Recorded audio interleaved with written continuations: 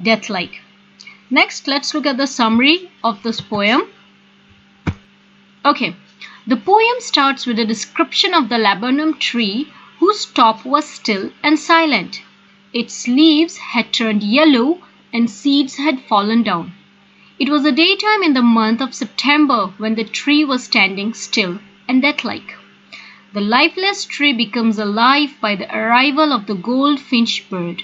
She came to feed her younger ones who are on the thickness of the branch. The tree is her shelter. She arrives at the end of the branch with a chirping sound. She further moves to the other side of the branch with rapid and precautionary movement like a lizard. As soon as she arrives, her younger ones start chirping like a machine and vibrating and flapping their wings. The death-like tree becomes alive and it trembles and shakes. Okay? So, हमने देखा कि starting में जो है ये पेड़ ऐसे खड़ा रहता है बिल्कुल चुपचाप एंड देन ये चिड़िया आती है और जब ये चिड़िया आती है इसकी चिरपिंग साउंड से और वाइब्रेशन से छोटे बच्चों के परों जो पंख होते हैं उनकी वाइब्रेशन से इस पेड़ में जान आ जाती है और ये खुशी में बहुत हिलता है, थ्रिल हो जाता है। उन्हें खाना खिलाने के बाद वो ब्रांच की दूसरी साइड पे जाती है और उसका जो डार्क कलर्ड फेस था, ठीक है, एंड येलो बॉडी, वो बेयरली विजिबल था, बहुत कम दिखाई दे रहा था, लेकिन उसके बाद वो दूर आसमान में उड़ गई और वो पेड़ दोबारा वैसे ही रह गया जैसे उसमें जान ही नहीं है। Okay, that was the summary. Now let's look at the poetic devices used in this poem. The laburnum top is silent, quite still. This is personification. September sunlight, alliteration, also called sibilance, because it's a repetition of soft sounds. Chirrup, onomatopoeia, because it's a sound word. Sleek as a lizard, simile, because it's a comparison between two dissimilar things. And alert and abrupt, this is assonance. Machine, this is a metaphor, because the nest is compared to a machine. Chidrings, this is onomatopoeia. Trilling, another onomatopoeia, because these are sound words. She stokes, that's alliteration, or also called sibilance. And then engine is a metaphor. So students, those were the poetic devices used. Now let's look at the question and answer session. And in this section we have a first part as find out. So, what laburnum is called in your language? It is called amalthas or Indian laburnum, also called golden shower. So Hindi में हम इसे अमलतास कहते हैं। ये पेड़ है, इस पे येलो कलर के फूल होते हैं, लटकते हैं नीचे की तरफ, ठीक है, टूवर्ड्स डाउनफॉल, एंड इसके जो फ्रूट्स होते हैं लंबी लंबी फलियां होती हैं और उसके अंदर बीज होते हैं और वो बीज बहुत जहरीले होते हैं, पॉइजनस होते हैं। आई एम श्योर अमलतास सुनकर तो आपको फौरन पता चल जाएगा ये कौन सा पेड़ होता है। Also it is the state flower of Kerala and also called the year as Kanikonna. Kerala state का फ्लावर है ये, ओके, स्टेट फ्लावर, वहाँ का नेशनल फ्लावर, और इसको वहाँ की भाषा में कनिकोना कहा जाता है। इसका साइंटिफिक नाम है cassia fistula. Also it is the national flower of Thailand. Now second question, which local bird is like the goldfinch? According to me, the Indian Lutino ringneck has similarity to the goldfinch bird. जो हमारी local breed में Indian lutino ring neck है वो gold Finch से काफ़ी similar लगती है। जो सेकेंड पार्ट है वो है think it out. Now what do you notice about the beginning and the ending of the poem? Poem की स्टार्टिंग में और एंडिंग में क्या वो चीज़ है जो हमने नोटिस की है जो सिमिलर हो सकती है? वो ये है, at the beginning and the ending of the poem the laburnum tree was standing still and silent, just like death-like. Second question, to what is the bird's movement compared? What is the basis of the comparison? Now, जो bird का movement था हमने उसे किस चीज़ से compare किया था? एज अ सिमिली, हमने पोइटिक डिवाइस यूज़ की है सिमिली। सो वो कहाँ से कंपेयर किया था? The goldfinch's movement is compared to that of the lizard because she was abrupt, sleek, and alert. The same movements were observed when she arrived at the tree and moved to the thickness side of the branch to feed her young ones. ठीक है, सो जो उसका movement था, जिस तरह से वो branches पे चल रही थी अपने छोटे बच्चों को लेकर, हमने जो कंपैरिजन किया है, it is sleek and alert as a lizard. Why is the image of the engine evoked by the poet? अब देखें, हमने जो वर्ड यूज किया था engine as a metaphor device, वो क्यों किया था? As the engine is the source to run the machine, the bird is compared to the engine as she is the feeder of her family. As a machine cannot work without an engine, her family can't last without her. अब जो machine होती है उसके अंदर एक engine होता है, तभी तो मशीन चलती है. सो इसी तरह जो बर्ड थी हमारी गोल्ड फिंच, वो अपनी फैमिली की इंजन थी, क्योंकि वो उनको खाना खिलाती थी, उनका ख्याल रखती थी. जैसे एक मशीन नहीं चलेगी बिना इंजन के, उसी तरह उसकी फैमिली जो है, वो छोटे छोटे बच्चे, वो उसके बिना नहीं रह पाएंगे. Isn't it? नेक्स्ट है, what do you like most about the poem? आपको पोएम में सबसे अच्छा क्या लगा? I liked the comparison of the state of the tree before and after the goldfinch bird arrives, and it makes the dead tree like alive. अब देखें, सबसे अच्छी बात इस पोएम में ये है कि जो कंपैरिजन हम देखते हैं कि चिड़िया जो है उसके आने से पहले वो पेड़ कितना चुपचाप, बिल्कुल साइलेंट, जैसे उसमें जान नहीं है, ऐसे होता है. और जब चिड़िया आती है वो खुशी से बिल्कुल उसमें जोश आ जाता है, वो खुश हो जाता है, जैसे उसमें वो जीवित हो गया है ना. सो ये बहुत एक प्यारी सी बात है एक पेड़ के बारे में. It's about nature actually. Also, what does the phrase her barred face identity mask, ये एक फ्रेज है, इसका मतलब क्या है? So the phrase her barred face identity mask means that the bird's face become her identity and symbol of recognition. उसका जो चेहरा था उस पे स्ट्राइप्स होती हैं, ठीक है, एंड बॉडी उसकी येलो कलर की होती है, सो उससे उसकी एक पहचान बनती है. Okay students, now the third part of the Q&A session, this section, it is note down. मतलब कि हमारे पास 3 कैटेगरीज हैं, इनमें से हमें वर्ड्स निकालने हैं. सो सबसे पहले द साउंड वर्ड्स, जैसे हमने पोएटिक डिवाइस में लिस्ट किया था onomatopoeias, that is twitching, chirrup, chitterings, trillings, whispering, ये हैं हमारे साउंड वर्ड्स. फिर द मूवमेंट वर्ड्स, किस तरह से वो चलती थी, कैसे डिस्क्राइब किया है, एंड कैसा पेड़ पहले था एंड कैसे बाद में होता है. सो comes, enters, startups, flirts out, launches away, tremble, subside, ये हैं हमारे movement words. And then जो the dominant color in the poem, सबसे ज़्यादा कौन सा मेन कलर यूज़ किया है, ये तो अब आप भी जानते हैं, yes, येलो कलर यूज़ किया गया है. Now, list the following. अब इसमें क्या करना है हमें कि ये जो words हैं, ठीक है, for example, the first one, words which describe sleek, alert, abrupt.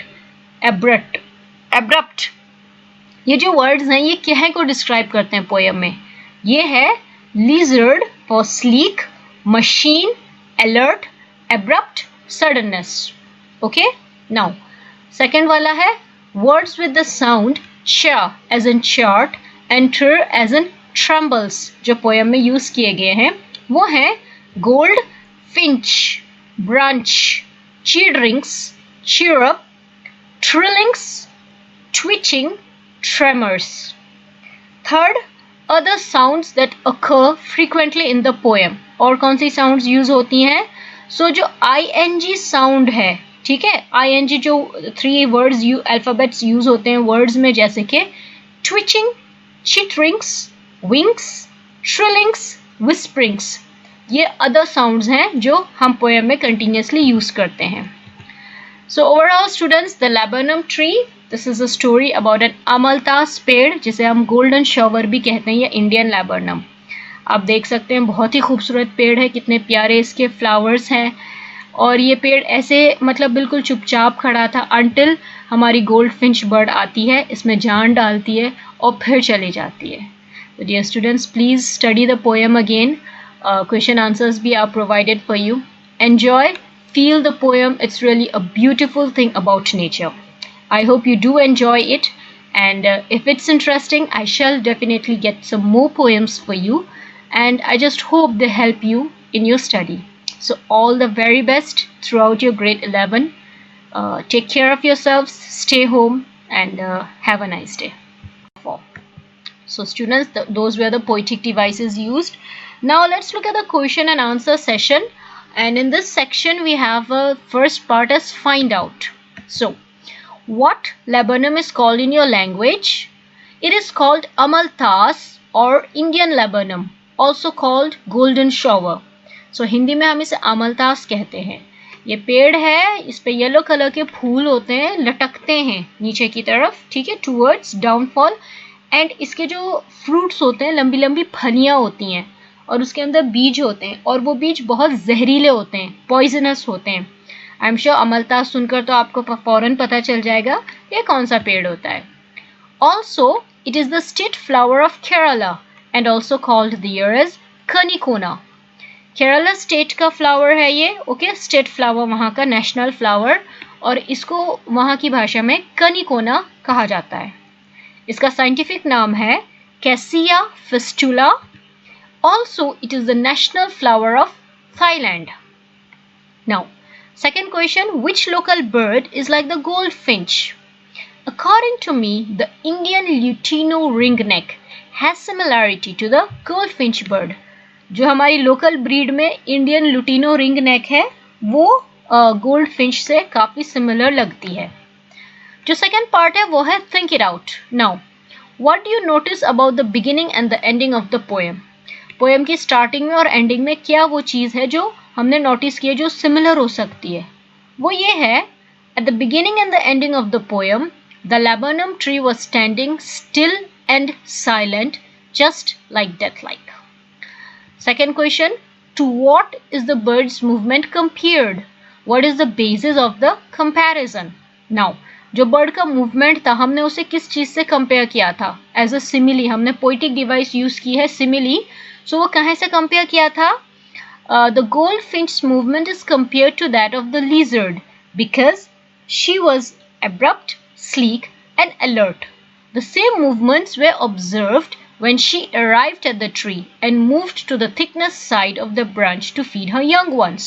ठीक है, सो जो उसका मूवमेंट था, जिस तरह से वो ब्रांचेस पे चल रही थी अपने छोटे बच्चों को लेकर, हमने जो कंपैरिजन किया है, it is sleek and alert as a lizard.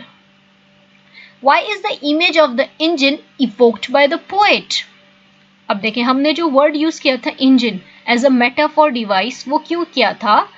As the engine is the source to run the machine, the bird is compared to the engine as she is the feeder of her family. As a machine cannot work without an engine, her family can't last without her.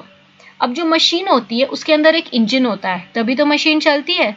सो इसी तरह जो bird थी हमारी gold Finch, वो अपनी family की engine थी, क्योंकि वो उनको खाना खिलाती थी, उनका ख्याल रखती थी. जैसे एक मशीन नहीं चलेगी बिना इंजन के, उसी तरह उसकी फैमिली जो है, वो छोटे छोटे बच्चे, वो उसके बिना नहीं रह पाएंगे. Isn't it? नेक्स्ट है, what do you like most about the poem? आपको पोएम में सबसे अच्छा क्या लगा? I liked the comparison of the state of the tree before and after the goldfinch bird arrives and it makes the dead tree like alive. अब देखें, सबसे अच्छी बात इस पोएम में ये है कि जो कंपैरिजन हम देखते हैं कि चिड़िया जो है उसके आने से पहले वो पेड़ कितना चुपचाप, बिल्कुल साइलेंट, जैसे उसमें जान नहीं है, ऐसे होता है. और जब चिड़िया आती है वो खुशी से बिल्कुल उसमें जोश आ जाता है, वो खुश हो जाता है, जैसे उसमें वो जीवित हो गया है ना. सो ये बहुत एक प्यारी सी बात है एक पेड़ के बारे में. It's about nature actually. Also what does the phrase her barred face identity mask? ये एक फ्रेज है, इसका मतलब क्या है? So the phrase her barred face identity mask means that the bird's face become her identity and symbol of recognition. उसका जो चेहरा था उस पे स्ट्राइप्स होती हैं, ठीक है, एंड बॉडी उसकी येलो कलर की होती है, सो उससे उसकी एक पहचान बनती है. Okay students, now the third part of the Q&A session, this section it is note down. मतलब कि हमारे पास 3 कैटेगरीज हैं, इनमें से हमें वर्ड्स निकालने हैं. सो सबसे पहले द साउंड वर्ड्स, जैसे हमने पोएटिक डिवाइस में लिस्ट किया था onomatopoeias, that is twitching, chirrup, chitterings, trillings, whispering. ये हैं हमारे साउंड वर्ड्स. फिर द मूवमेंट वर्ड्स, किस तरह से वो चलती थी, कैसे डिस्क्राइब किया है, एंड कैसा पेड़ पहले था एंड कैसे बाद में होता है. सो comes, enters, startups, flirts out, launches away, tremble, subside. ये हैं हमारे मूवमेंट वर्ड्स. एंड देन जो the dominant colour in the poem, सबसे ज्यादा कौन सा मेन कलर यूज किया है, ये तो अब आप भी जानते हैं. यस, येलो कलर यूज किया गया है. Now list the following. अब इसमें क्या करना है हमें कि ये जो वर्ड्स हैं, ठीक है, for example the first one, words which describe sleek, alert, abrupt. ये जो वर्ड्स हैं ये क्या को डिस्क्राइब करते हैं पोएम में. ये है lizard for sleek, machine, alert, abrupt, suddenness. Okay, now second वाला है words with the sound cha as in chart and tr as in trembles, जो पोएम में यूज किए गए हैं वो हैं gold, finch, branch, cheerings, cheer up, trillings, twitching, tremors. Third, other sounds that occur frequently in the poem. और कौन सी sounds use होती हैं. सो जो ing साउंड है, ठीक है, ing जो 3 वर्ड्स अल्फाबेट्स यूज होते हैं वर्ड्स में, जैसे कि ट्विचिंग, चिटरिंग्स, विंग्स, श्रिलिंग्स, विस्परिंग्स, ये अदर साउंड्स हैं जो हम पोएम में कंटिन्यूसली यूज करते हैं. So overall students, the laburnum tree, this is a story about an amaltas पेड़, जिसे हम गोल्डन शॉवर भी कहते हैं, या इंडियन लैबरनम.